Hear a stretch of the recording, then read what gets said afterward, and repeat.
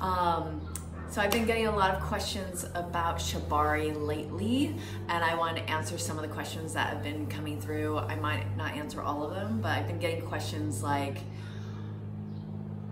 what is it? Why do I do it? Isn't it something that's only done in the bedroom?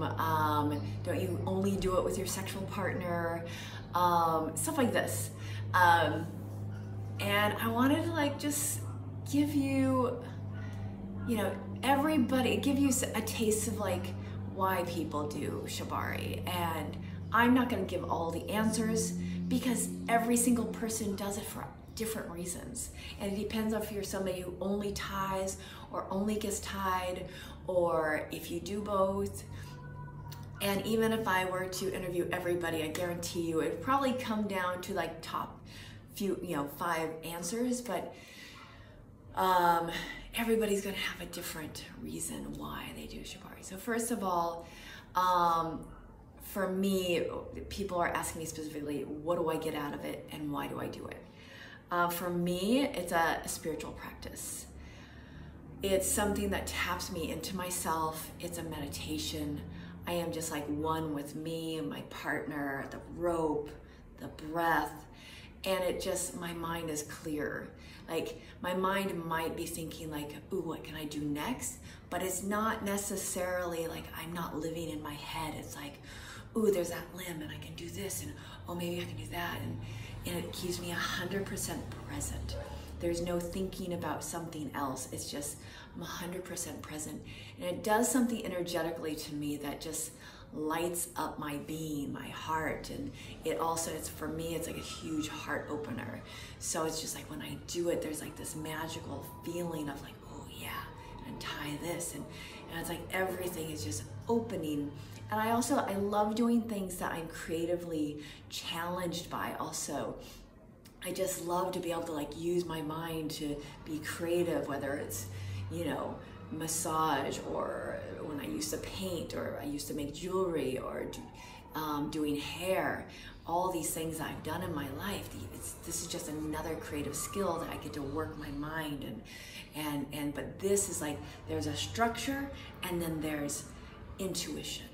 And it's for me, that gets to be fed on top of when I actually do sessions, and I'm not only just practicing. When I get to do sessions, my primal side gets to come out, and so that side gets to be fed, and I get to see different sides of myself, my sensual, my soft, my motherly side, and then the side that's more dominant and more aggressive, and it's all of that. So much of me gets to be showing up in a session. And even when I'm just tying and being creative and it's not a session, it's just a practice, it still feeds so many parts of myself, but it still comes back to a meditation. When I talk to other people, first, when people come to me to get tied, normally the first thing out of their mouth is I just want to surrender. I just want to be out of control. I just want to release and just let it go. Let life be over there. Because we live in a world where we're constantly on, we're constantly thinking, we're watching our phones, we're on our computers, we're working, we're going, and it's just a place to turn off the brain. And the brain, when we get to that subspace, it's it's just so peaceful. It comes into that meditation.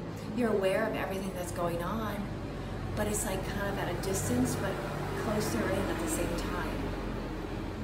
So people love to surrender. They sometimes get pleasure out of it. Some people who are the people who are riggers, that are sadists, they love to put people in pain. I'm not that person. I come at it from a point of view of wanting to support people in healing and look at themselves and challenge themselves on the inside, not necessarily physically. Even though there are some positions that there's a lot of pressure, but there's some positions that I can suspend people or even on the floor work that they just want to relax. And I've had people go, oh, I almost fell asleep because the meditation's gone so deep. Their mind's gotten to let go. There's such freedom. There's freedom and oh my God, I just get to let go. I have nothing I have to do. I don't need to think about what I need to do next. And so people come into it for the heightens the sensation. So heightened sensation, more pleasure. Some people who love pain, they can be tied in a way that's painful. They get to relax. They get to meditate. They get to breathe. They get to just be with themselves. They get to have me time in the ropes. They get connection with the person that's tying them, or with themselves, or if they're tying, if people are tying. Lots of reasons people tie.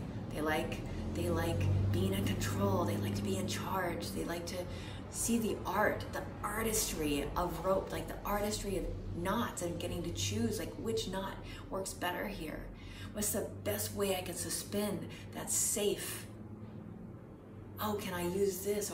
Or even the things that are around, like sometimes I'm tying and I'm like, oh, there's that pole. I can just tie their leg to the pole.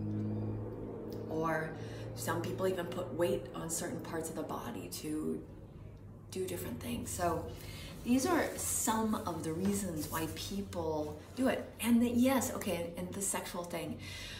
You do not have to be sexually involved. It does not have to be a sexual act. It does not have to do anything, have anything to do with turn on at all. It can. And when you are with your partner and you tie each other up, and it's like, it's a beautiful erotic experience of just being in complete surrender, or being able to be in charge of your partner. Like, oh, it's so sexy and yummy.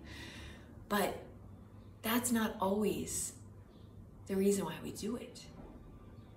For me, the people that come to me, they come to heal, and sometimes sexual energy comes up, and most of the time it's usually when there's something that needs to be looked at there, or healed, or seen, or felt, that they've been pushing down for a long time, and they're like, oh, I see people, because I'm busy working with just holding a safe container. Like anything that's needing to show up, that's what shows up. So if you have fear around something, that normally shows up: fear of your sexuality, fear of your body, fear of being seen, or whatever. I've seen people come and work through issues with their mother. They had no idea that would happen. I had no idea that would happen.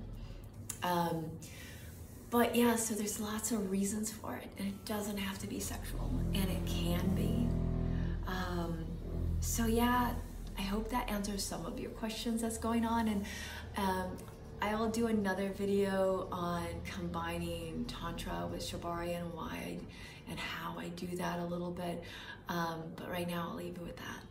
And my name is Heather Raydon. I'm an intimate release and a relationship coach, also a Shibari artist. And I look forward to answering any questions. Please feel free to ask any questions, or do a private message me. And please like this and comment below. Ciao.